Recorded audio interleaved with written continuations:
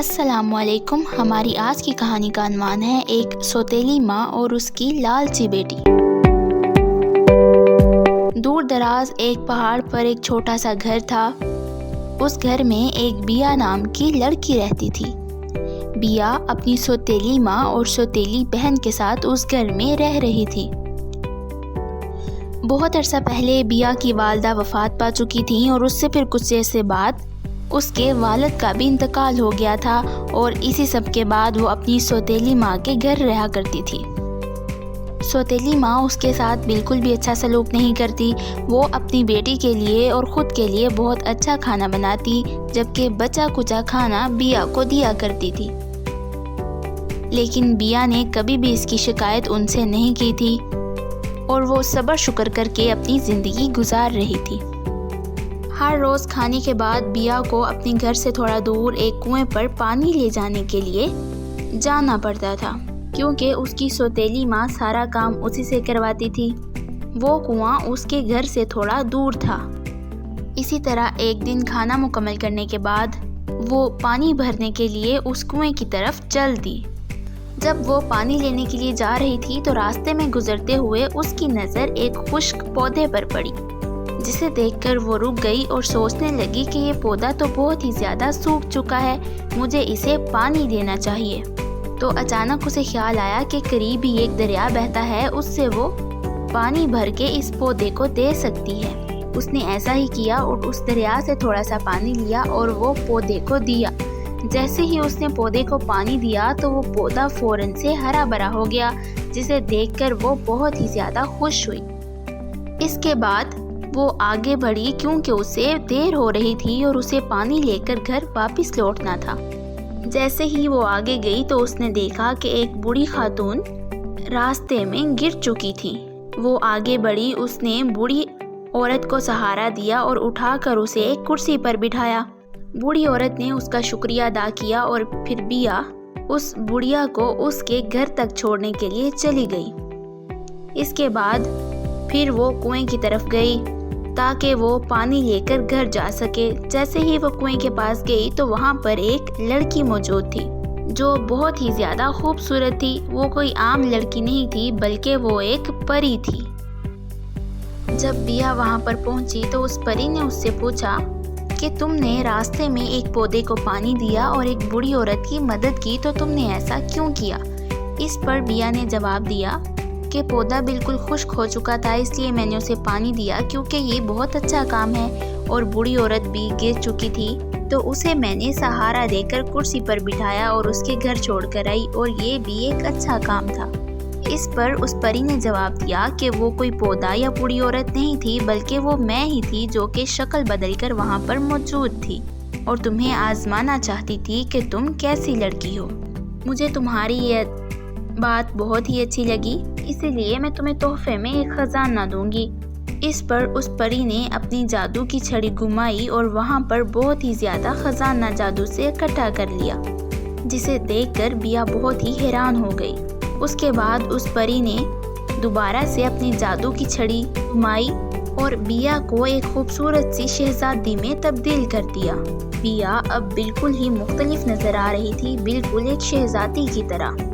اس پر بیا زیادہ خوش نہیں تھی۔ اس نے پری سے درخواست کی کہ مجھے واپس میری اصلی شکل میں لے آؤ، اگر میں ایسے گھر گئی تو میری ماں مجھ پر بہت ہی غصہ ہوگی اور وہ مجھے گھر سے نکال دیں گی، میرا اس کے علاوہ کوئی ٹھکانہ نہیں ہے۔ اس پر پری نے جواب دیا کہ اگر تمہاری ماں نے تمہیں گھر سے نکال دیا تو میں تمہیں اپنے ساتھ پرستان لے جاؤں گی، تم پریشان نہ ہو اور اپنے گھر چلی جاؤ۔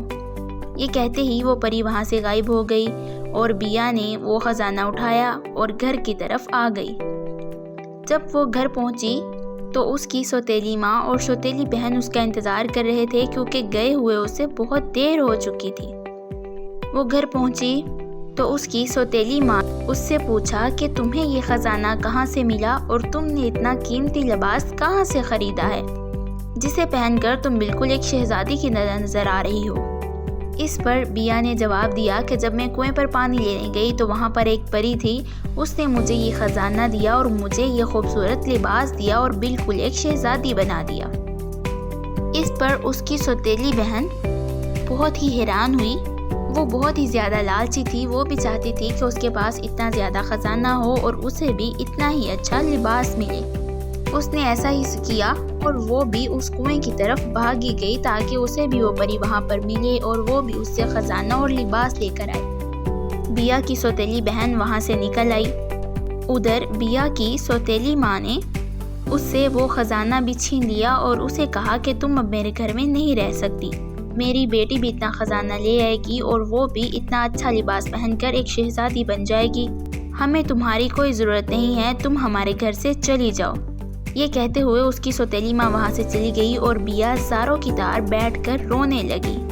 ادھر اس کی سوتیلی بہن کنویں کی طرف جا رہی تھی، اس کے راستے میں بھی ایک خشک پودا آیا۔